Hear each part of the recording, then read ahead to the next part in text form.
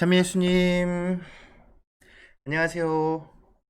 8월 1일, 드디어 8월 1일이네요. 벌써 8월이네요. 8월 1일, 8월 1일 성경 맛들이기 함께 합니다. 성부와 성자와 성령의 이름으로, 아멘.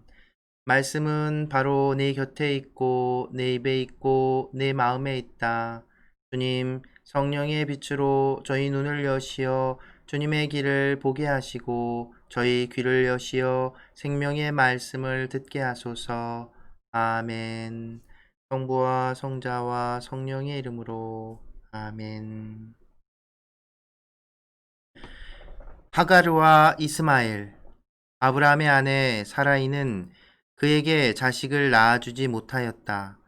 사라이에게는 이집트인 여종이 하나 있었는데 그 이름은 하갈이었다.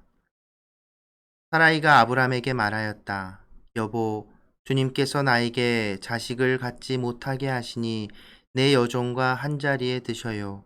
행여 그 아이의 몸을 빌려서라도 내가 아들을 얻을 수 있을지 모르잖아요. 아브라함은 사라이의 말을 들었다. 그리하여 아브라함의 아내 사라이는 자기의 이집트인 여종 하가르를 데려다 자기 남편 아브라함에게 아내로 주었다. 아브라함이 가나안 땅에 자리 잡은 지 10년이 지난 뒤의 일이었다. 그가 하가르와 한 자리에 들자 그 여자가 임신하였다. 그 여자는 자기가 임신한 것을 알고서 제 여주인을 업신여겼다. 그래서 사라이가 아브라함에게 말하였다. 내가 이렇게 부당한 일을 겪는 것은 당신 책임이에요. 내가 내 여종을 당신 품 안에 안겨주었는데 이 여종은 자기가 임신한 것을 알고서 나를 업신여긴답니다. 아, 주님께서 나와 당신 사이의 시비를 가려주셨으면. 아브라함이 사라이에게 말하였다. 여보, 당신의 여종이니 당신 손에 달려있지 않소. 당신 좋을 대로 하구려. 그리하여 사라이가 하가르를 구박하니 하가르는 사라이를 피하여 도망쳤다. 주님의 천사가 광야에 있는 샘터에서 하가르를 만났다. 그것은 수르로 가는 길가에 있는 샘이었다. 그 천사가 사라이의 여종 하가르야, 어디에서 와서 어디로 가는 길이냐 하고 묻자 그가 대답하였다. 저의 여주인 사라이를 피하여 도망치는 길입니다. 주님의 천사가 그에게 말하였다. 너의 여주인에게 돌아가서 그에게 복종하여라. 주님의 천사가 다시 그에게 말하였다. 내가 너의 후손을 셀 수 없을 만큼 번성하게 해주겠다. 주님의 천사가 또 그에게 말하였다. 보라, 너는 임신한 몸, 이제 아들을 낳으리니 그 이름을 이스마엘이라 하여라. 네가 고통 속에서 부르짖는 소리를 주님께서 들으셨다. 그는 들나귀 같은 사람이 되리라. 그는 모든 일을 치려고 손을 들고 모든 이는 그를 치려고 손을 들리라. 그는 자기의 모든 형제들에게 맞서 혼자 살아가리라. 하가르는 내가 그분을 배웠는데 아직도 살아있는가 하면서 자기에게 말씀하신 주님의 이름을 당신은 저를 돌보시는 하느님이십니다. 라고 하였다. 그리하여 그 우물을 부에르라하이로이라 하였다. 그것은 카데스와 베렛 사이에 있다. 하가르는 아브람에게 아들을 낳아주었다. 아브람은 하가르가 낳은 아들의 이름을 이스마엘이라 하였다. 하가르가 아브람에게 이스마엘을 낳아줄 때 아브람의 나이는 86살이었다. 성부와 성자와 성령의 이름으로 아멘. 말씀은 내 발의 등불이요 나의 길의 빛이옵니다. 주님, 저희가 성경을 생명의 말씀으로 믿고 기도하며 살고 선포하게 하시어 언제나 성령 안에서 평화와 기쁨을 누리게 하소서. 아멘. 성부와 성자와 성령의 이름으로 아멘. 참 예수님, 안녕하세요. 자, 오늘 성경 창세기 16장을 함께 읽었습니다. 여러분 이거 읽으면서 어떠세요? 뭐 이런 내용이 성경에 다 들어가 있나 싶은 그런 생각 안 드셨습니까? 이야기 내용은 복잡하거나 어렵지 않죠. 아주 단순하고 간단하죠. 아브라함이 여전히 자식을 못 낳고 있습니다. 그죠? 그러면서 이제 그러니까 사라이가 아내 사라이가 미안한 거예요. 자기가 이제 자식을 못 낳으니까. 왜냐면 사라이도 이제 나이가 막 들어가고 하니까 그러니까 이제 좋은 마음에 아브라함에게 자기 여종 하가르를 이렇게 보내줍니다. 그러고서는 그 여인을 통해서라도 아이를 낳아서 자손을 이렇게 후손을 이어가면 어떻겠냐고 그렇게 하는데, 그렇게 해서 아브라함이 어이구 감사합니다 하고서 이제 하가루를 품어 안았는데 임신을 한 거예요. 어휴, 항상 그렇게 되겠죠. 일이 되려면. 그랬더니 이 또 첫 번째 이제 갈등의 시작은 사실 여기서 이제 생각해 보면 하가르라는 여종이 그 자기 주인이었고, 그리고 사라이가 하가를 그래도 이뻐했으니까 자기 남편한테 이렇게 보내지 않았을까요? 이제 생각해 보면. 그런데 이제 뭐 여러 가지가 있죠. 이제 하가르가 이 성경의 표현을 그대로 보면 4절에 보면 그 여자는 자기가 임신한 것을 알고서 제 여주인을 업신여겼다. 이제 콧대가 높아진 거예요. 자기 주인님은 여주인은 나이가 저렇게 늙어가지고 있는데도 자식도 못 낳아주고 있는데 자기는 바로 그냥 애기 가진 거지. 당당한 겁니다. 그러니까 이제 그런 모습들이 비춰졌겠죠. 사라의 입장에서 그 모습을 보면서 얼마나 아프겠어요. 그 아브라함한테 가서 또 아브라함한테 가서 막 아브라함한테 뭐죠? 한탄 신세 한탄을 합니다. 그러니까 아브라함이 다시 하가르를 그렇게 이 부분들 보면은 이제 당시 어떤 법적인 부분도 찾아볼 수 있는데, 이제 당시에 이제 이 종이라는 그러니까 어떤 주인 사람이지만 지금과는 다른 세상이었잖아요.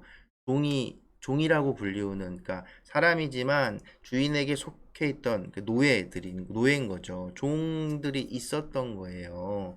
신분이 차이가 있었던 겁니다. 그런데 이런 경우들도 있었다고 해요. 이런 법들도 있었다고 해요. 종이 주인의 아이를 가지게 됐는데 그 아이를, 그러니까 그래서 이 종이 이제 본 부인을 이렇게 업신여기고 하면 이 종이를 다시 종의 위치로 올려놓는 그런 법 조항도 당시 이제 유목민 이 문화 안에 있었다고 합니다. 그런 것들이 이 복음서 안에도, 복음이란다. 창세기에도 표현되고 있다는 겁니다. 이 대화를 보면 사라이가 처음에 이제 하가르를 자기 남편 아브라함에게, 제가 카메라를 돌리지 않았었네요. 제 옆모습을 보면서 또 얘기를 듣고 계셨겠네. 괜찮지요? 어? 이런 장면으로 제가 이렇게 했어야 되는데 제 옆모습만 보고 들으셨네요. 죄송합니다. 자, 어디까지 했죠? 사라이가 자기 종 하가르를 자기 남편에게 보낸 겁니다. 그러니까 그 뭐라고 해요? 소유권을 넘겨준 거죠. 그러면서 이 종은 이제 사라이의 종도 아니고, 그리고 아브라함과 자리를 같이 하고 아브라함의 아이를 가지게 되면서 사실은 종의 신분을 벗어났다고 표현할 수도 있겠지요. 그런데 사라이를 업신여기고 했어요. 잘못을 했죠. 그러니까 다시 아브라함이 사라이에게 원래 당신 종이지 않소, 당신 여종이니 당신 손에 달려있지 않소 라고 하면서 당신 뜻대로 하라고 한 건 다시 사라이의 종으로 돌려놓은 거예요. 그러니까 이제 거꾸로 이제 사라이가 엄청 구박하죠. 이런 상황들 생각해 보면 하가르가 참 뭐랄까요, 그 굉장히 현명하고 착하고 해서 자기 사라이에게도 잘했다면 어땠을까? 그러면 바뀌었을까? 그리고 또 사라이가 처음의 마음처럼 그 질투 그런 것들이 생각해 보면 사라의 어떤 질투심, 하가르가 정말 못되게 굴었던 것만이 아니라 사라의 어떤 질투도 섞여 있지 않을까 싶습니다. 이 문제는 이제 여기서 해결되지 않고 끝나지 않습니다. 근데 이후에도 계속 이어져요. 이제 아이가 태어나면서부터는 더해지겠죠. 이제 이스마엘, 오늘 복음에 성경에 나오는 이제 하갈의 아들 이스마엘. 그 뜻은 성경에도 나와 있죠. 각주로 이렇게 기억해가지고 밑에 보면 하느님께서 들으신다. 엘이 이제 하느님을 지칭하는 것이고, 그 이스마엘 하면 하느님께서 들으신다라는 뜻을 가진 그런 의미를 담은 이름을 천사가 알려주고 그것이 이름이 되죠. 나중에 아브라함과 사라이 사이에서 나온 이삭, 이 둘 놓고도 이제 사라와 이 둘이 싸우거나 하는 그런 그 내용은 나오지 않는데, 이 하가르와 사라이, 나중에 사라가 되겠지만 이 둘 갈등은 계속 이어집니다.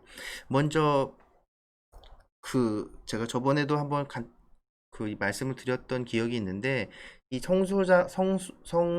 아이고, 성조사, 거룩한 조상들의 이야기인 이 성조사, 아브라함서부터 요셉에 이르기까지, 야곱과 요셉에 이르기까지 이 이야기 안에는 크게는 하느님께서 아브라함에게 축복하신 그 축복, 복을 빌어주신 자손을 번성하고 땅을 차지하게 될 것이라는, 그리고 또 하느님의 복의 중보자가 될 것이라는 그 약속, 그리고 어제 우리가 봤던 계약으로 그것을 확인시켜준 그 약속이 실현되는 것을 12장부터 50장까지 쭉 보여준다고 할 수 있어요. 근데 또 한 가지는 뭐냐면 이 갈등, 인간의 내적 갈등 이야기. 그 안에는 이제 이 하가루와 뭐죠? 하가루와 사라이의 갈등, 그리고 이어서 계속 이어집니다. 이사야의 아들 에사우와 야곱의 이런 갈등들, 거기서 또 야곱의 자식들의 갈등들, 이런 인간 내적 갈등들이 작은 그리고 그 역사를, 이들의 인간사를 이렇게 이어나가는, 그래서 그것이 결국 다시 이집트로 이스라엘 백성이 이주하게 된 원인을 밝혀주고 드러내 그 원인이 되고, 그것을 통해서 또 다시 이집트에서 탈출하는 그 탈출기와 연결되어지는 그 큰 그림 안에 있는 것이지요. 그러니까 하느님의 큰 그 구원 역사 계획 안에 담겨져 있는 작은 이런 갈등들. 그러니까 이것만 보면 아이고 이런 게 무슨 이렇게 돼 있어. 근데 우리가 짚어볼 것은 하느님께서는 울부짖는, 나중에 이제 또 한번 쫓겨나요. 결국엔 쫓겨납니다. 이스마엘과 함께. 근데 그 하가르를 그냥 모르는 척하지 않으신다는 거죠. 근데 아브라함의 모습을 보면 좀 비겁하잖아요. 옛날에 이집트 갔을 때도 자기 부인이면서 부인 아닌 척하고 우리가 보기에는 그러니까 이 아브라함의 모습은 좀 어딘가 계속 모질라고, 그렇지만 그럼에도 믿음의 조상으로서 하느님께 대한 믿음을 이제 지켜나가는 그런 모습을 이렇게 보여주는데, 아무튼 하느님께서는 그 하가르도 그냥 내버려 두지 않으신다는 겁니다. 그 보면 이집트 이집트인 여종이라고 나오거든요. 그러니까 아브라함의 후손도 아니고 아브라함의 가솔들 중에 아니었지만 이집트 출신의 종인데, 이 종도 하느님께서는 그러니까 내버려 두지 않는다는 거죠. 그 이름을 지어주신 이유가 하느님께서 들으신다는 거잖아요. 하가르가 고통 속에서 부르짖는 소리를 주님께서 들으셨다는 거죠. 그러니까 이미 구약 성경에 이 하느님의 그 자비하심을 이 이야기에서도 또 드러내는 겁니다. 한편으로는 이런 아무것도 아닌 것 같고 뭐 이런 너무나 인간적이고 세속적인 이런 갈등들, 지금 그것만 보아서는 이게 뭔가 싶은 그 갈등들이 결국은 하느님 구원 사업의 큰 계획 안에서 분명히 중요한 한 시작점이 된 거죠. 왜냐하면 이 아브라함의 이야기들 쭉 그 자손들까지 이어지는 이야기들, 요셉까지 이어지는 그 시작점이 되는 갈등이라고도 할 수 있거든요. 아무튼 왜 아무튼이 많이 나오네. 그래서 이 하가르와 그 사라이 사이의 그 작은 내적인 인간적인 갈등들, 이런 그 내적 갈등들 사실은 오늘날 우리 삶 안에서도 발견되어지고 많지 않습니까? 그러면 우리는 때로 뭐 이렇게 생각하기도 하죠. 아우, 성당에 저 사람 있으면 내 성당을 못 나가겠다고. 저도 여러 번 봤는데요. 그런 갈등들 자체는 분명 있을 수 있다는 겁니다. 우리 인간적인 나약함과 부족함 안에서 있을 수 있다는 것이죠. 그런데 그것이 결코 그냥 그 뭐라고 해야 될까요? 그냥 나쁜 것, 불필요한 것, 쓸데없는 것, 이런 것이 아니라 하느님의 시선 안에서, 하느님의 크신 계획 안에서 보면, 또 하느님의 크신 자비 안에서 보면, 하나님께서는 그것들마저도, 그것들을 통해서도 당신의 그 복을, 축복을 하신 약속을 이루는 도구로 쓰신다는 점, 그런 것들을 우리가 잊지 않고 발견할 수 있다면, 우리 삶 안에서 일어나는 그 작은 것들, 혹은 이해할 수 없는 것들, 또 불편하고 어려운 것들, 그런 것들을 그런 것들 안에서도 하느님의 뜻을 발견할 수 있는 지혜가 생길 수 있고, 또 한 가지는 제가 이제 종종 또 우리 여러분들에게 이제 얘기 드리는 것 중에 하나가, 하느님께 투정 부리셔도 된다는 겁니다. 예? 여기서 우리 확인할 수 있지 않습니까? 그 하나님께서 들으신다. 하나님께서 고통 중에 외치는 소리를 들으셨대잖아요. 그 고통 중에 살려달라 외치는 소리를 이 자비로우신 분, 사랑이신 분이시기 때문에 외면하실 수 없다는 겁니다. 그래서 우리는 매달려야 해요. 그래서 하가르가 이렇게 만난 하느님에 대한 신앙 고백을 하지요. 16장 13절, 주님의 자기에게 말씀하신 주님의 이름을, 당신은 저를 돌보시는 하느님이십니다 라고 고백하지요. 여러분은 하느님을 뭐라고 부르시겠습니까? 우리도 하가르처럼 하느님을 이렇게 체험하고 자기가 체험한 하느님을 고백할 수 있어야 합니다. 그러기 위해서 또 성경을 이렇게 읽는 이유는, 이렇게 우리에 앞서 이렇게 하느님의 체험한 사람들의 이런 고백들과 이런 이야기들을 통해, 내 삶 안에서도 이렇게 활동하시는 하느님의 그 힘을 또 느끼고, 하가르처럼, 내가 주님과 그분을 배웠으면서도 아직도 살아있는가? 만나는 순간에는 하느님인지 몰랐던 거죠. 하느님의 천사인지 몰랐던 거죠. 우리도 그런 순간들, 그런 체험들을 분명히 하셨고 하실 겁니다. 그런 순간들을 놓치지 않으려면 성경을 읽고, 하느님이 어떻게 당신의 뜻을 펼치시고 이루시는지, 어떻게 우리에게 그 복을 주시는지, 이런 것들을 발견할 수 있는 지혜를 가졌으면 좋겠습니다. 네, 오늘은 토요일이기도 하고 해서 여러분들께 또 좋은 성가 하나 들려드릴 텐데요. 수원교구였던가요? 이분이 한덕훈 신부님이라고 이렇게 노래 쓰시는 신부님이 있어요. 여러 생활 성가들 많이 만드셨는데, 성가들 중에 제가 이제 시작할 때도 잠깐 들려드렸죠. 힘을 내라라는 노래가 있습니다.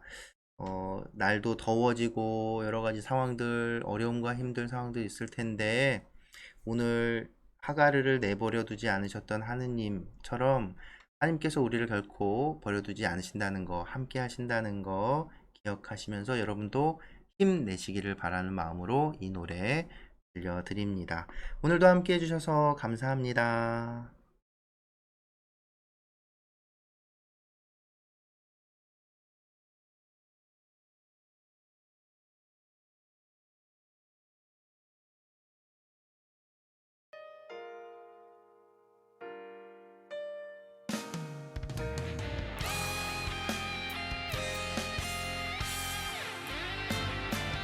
힘을 내라 두려워 말아라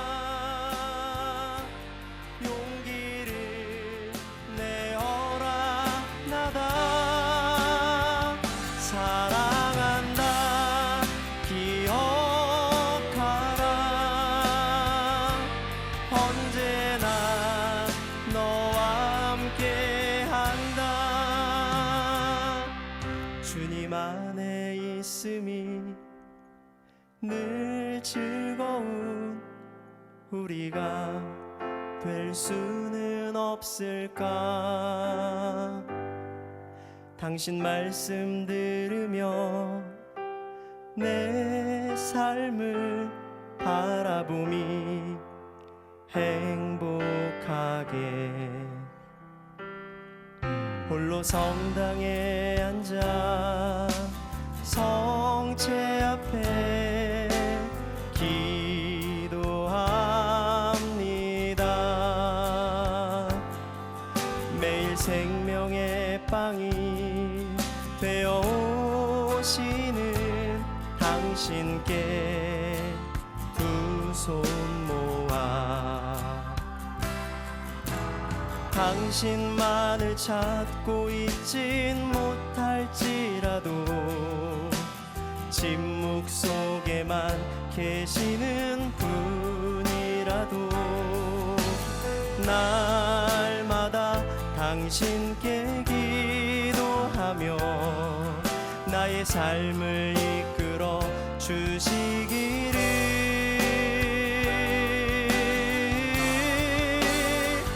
힘을 내라 두려워 말아라 용기를 내어라 나다 사랑한다 기억하라 언제나 너와 함께한다.